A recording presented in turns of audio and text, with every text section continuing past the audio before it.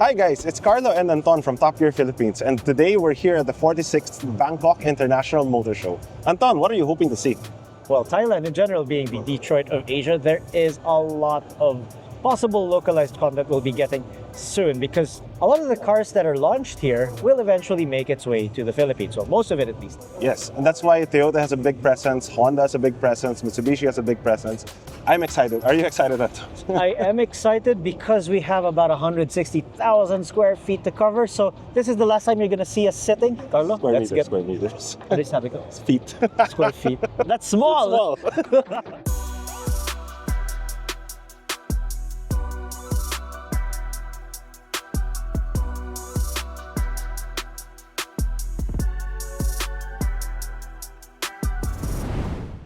Now, this is probably what Mitsubishi Motors Philippines needs right now. Now, this is the hybrid version of the Mitsubishi XForce, the XForce HEV. Now, from the outside, there are a couple of trim differences, as particularly, you look at these headlights, they have a more smoked effect. Now, moving along the sides, of course, you have your very generously sized hybrid badge here on the door, and you also get a unique 18-inch wheel design.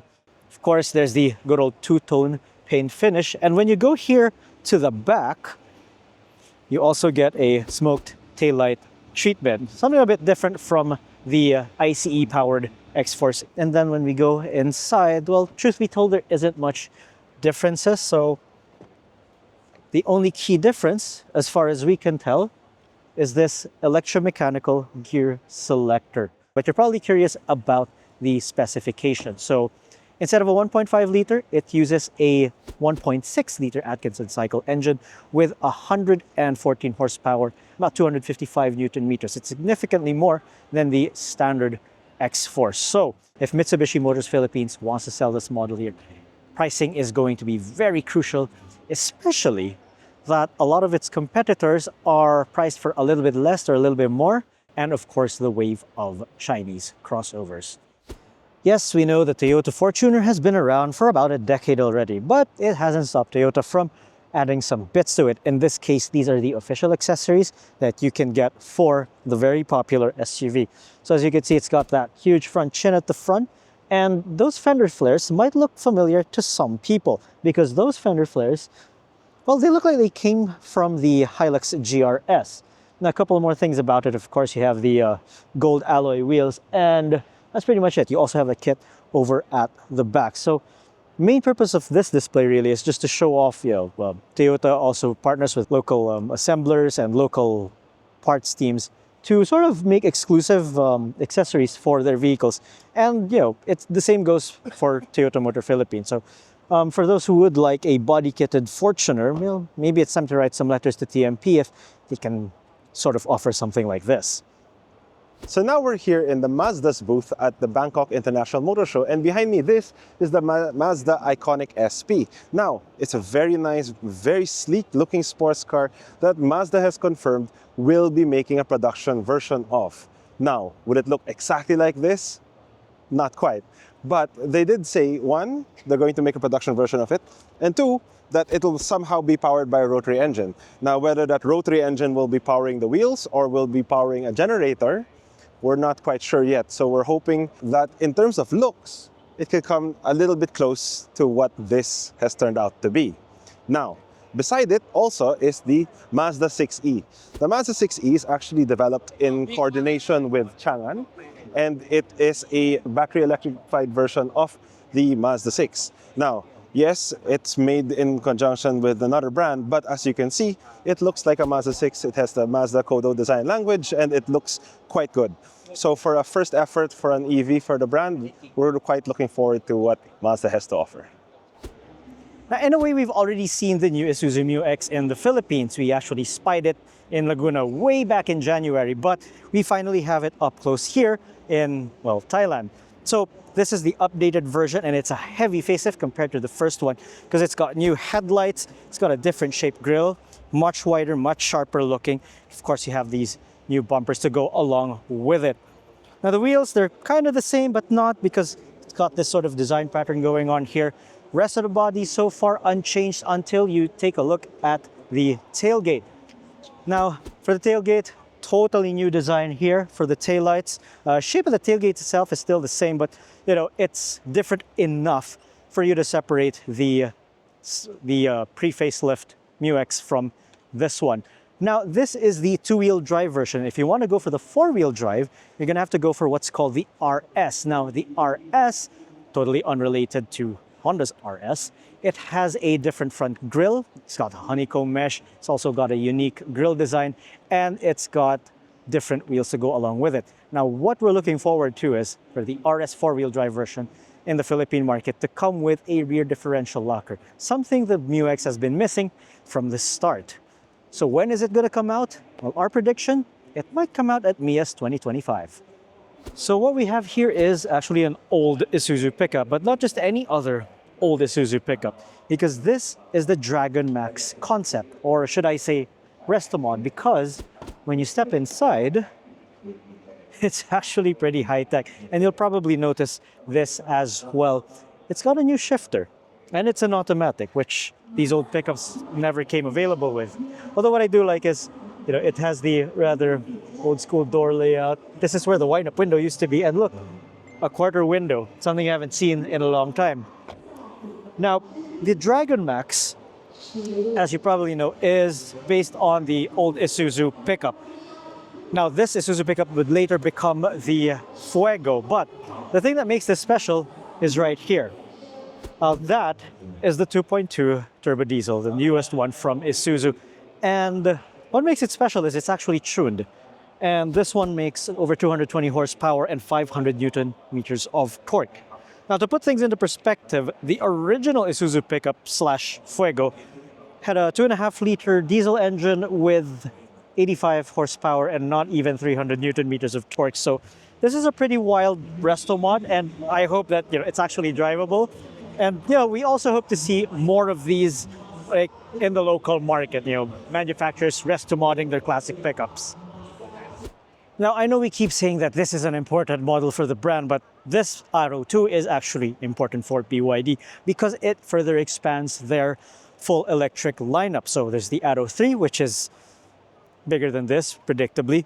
But the thing is, this is going to be their entry-level EV crossover, and by the looks of it, they're targeting a very solid price for this one.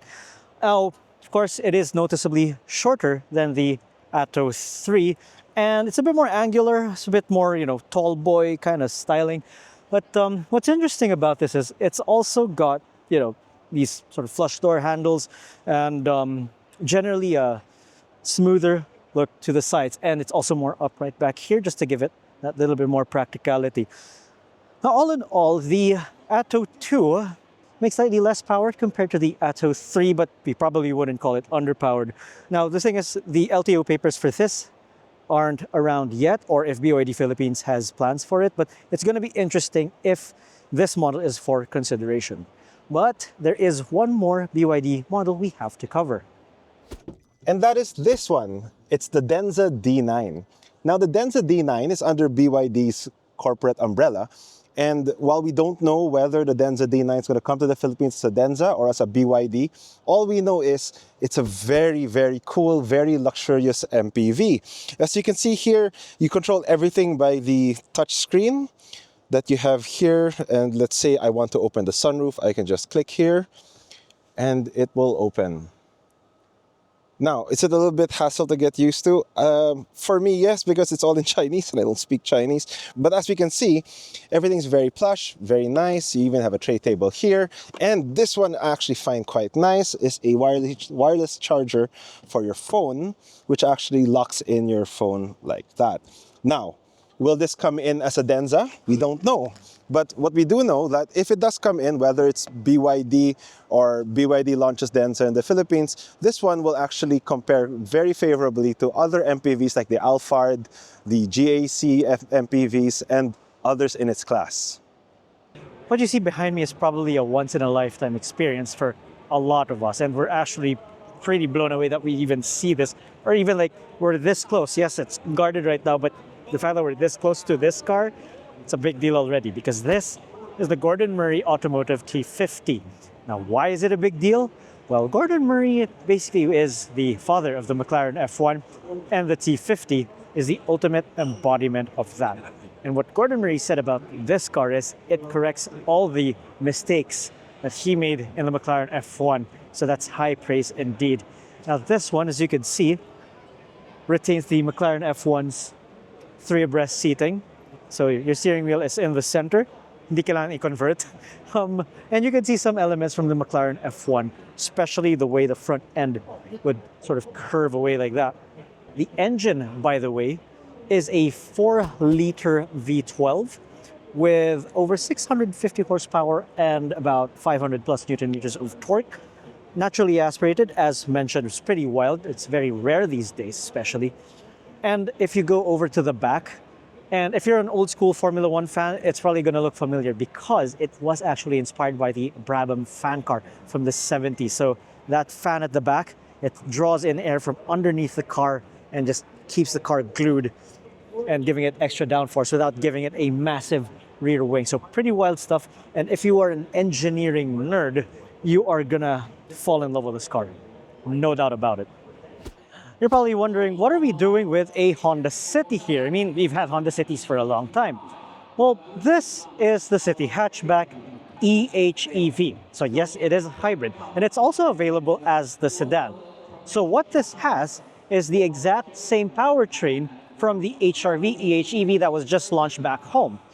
So that means a 1.5-liter Atkinson cycle engine paired with a single electric motor, and it makes the same power. So it's about 130 odd horsepower, 129 combined output, and 253 Newton meters of torque.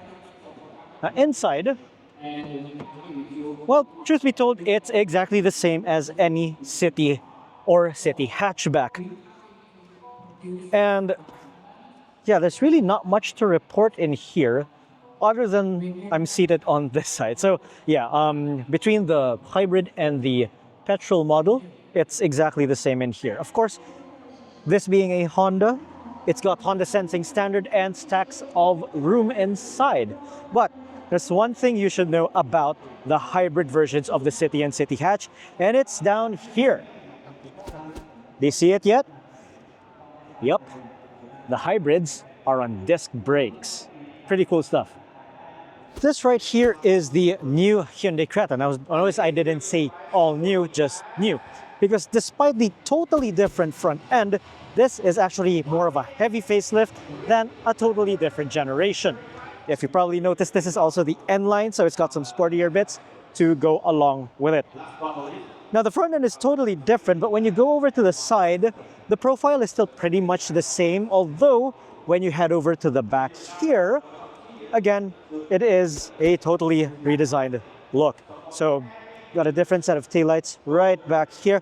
Even the tailgate has been redesigned for this purpose. This is a good preview of the facelifted Creta that will probably come to the country sometime this year.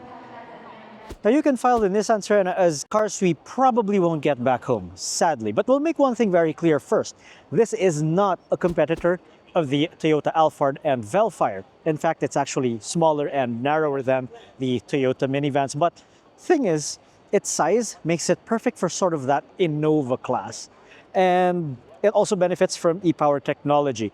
It's got a kick-open sliding door. So all you have to do is wave your foot underneath and it opens, and you can do the same for closing it. So inside you have captain chairs of sorts, so a pair of seats here, and you have a third row, of course. Now over here at the back you have this huge and expansive tailgate, and it's actually a pretty cool tailgate because aside from having the conventional size tailgate, filled to the brim with golf bags by the way, non-power tailgate, but I kind of forgive it for having this because you can also open it from here. Really smart tailgate solution, and I wish more MPVs and more SUVs had split tailgates because it is such a huge convenience. Again, it's a shame that this car is not produced in left-hand drive because I really think this would be an excellent competitor for something like the Xenix and the Innova and the like. And it's got e-Power, so it's going to be coding exempt as well. So, you might be wondering what I'm doing camping in the Lexus booth, and that's because Lexus has launched this in ASEAN. This is the NX450H Plus Overtrail. So as you can see here, it's got all-terrain tires, it's got a bit of a lift, and they've done some stuff to the traction control to make it a little bit better off-road. So let's go around and see what else they've done in the front. As you can see here, it's kind of a trend now, but they also have some black body cladding here to give it a little bit more off-road feel and look, and honestly we kind of like the way it looks, no? This color, I don't know if it's a new color just for this model, but it is quite medyo bagay siya for what the car is supposed to be. So there you go. Inside, it looks like a normal NX. It's the standard interior that you normally get, and we kind of like the way it looks. Now, I promise I will keep this short because admittedly, I'm a huge fan of the BMW 5 Series lineup. So this is the new 530e Inspiring. So Inspiring is a sort of variant over here in Thailand, but this is the regular model nonetheless. So 530e is a plug-in hybrid version of the executive sedan, and it uses a 2-liter B48 engine and a single electric motor. Now the battery size is 22 kilowatt hours, so that gives you an EV range of about 100 plus kilometers. Now, along with the 530e is the 330e. Now the 330e uses the same hardware as this model, so same about almost 300 horsepower and over 100 kilometers of range. But what I also noticed here is, their version of the 5 Series looks, well, pretty good because it's got these 20-inch alloys and you have these sort of rose gold trims going on. Pretty nice contrast with the black. You also have your window shades, just like every 5 Series should. And of course, you have your charging flap, which is over in the passenger side. The 330e, on the other hand, well, it's still the same as the model we get back home, although over in Thailand, they have what's called the LCI2. Now, the LCI2 gets a few upgrades in the interior, and it uses the new iDrive system as used in this 5 Series. So would be interesting to see if BMW Philippines would consider this model. Given their PHEV push, we think these are pretty worthy additions. So after about 16,000 steps, Carlo, we're finally done. We're finally done, and Bangkok has delivered once again. It's just so well organized, it's so quiet. There's so much space to go around. Even with all these people around here, it's just a nice show and a nice way to experience cars. Anton, what was your highlight of the show? Well, it's my first time here, and I like the fact that you're able to sort of preview the cars before they're launched locally, so you already have a general idea, what can expect in a couple of months. And at the same time, we're also, some cars won't make it back home, but you know what? It's always nice seeing foreign market vehicles. Yeah, and it's nice that, it might seem foreign market, but also these are cars that are going to be relevant to the region one way or another, diba? So that's it from me, Carlo. And me, Anton. And this has been Bangkok International Motor Show, the 46th outing. Sawadee ka. It's not sawadee ka. What's goodbye in Thai?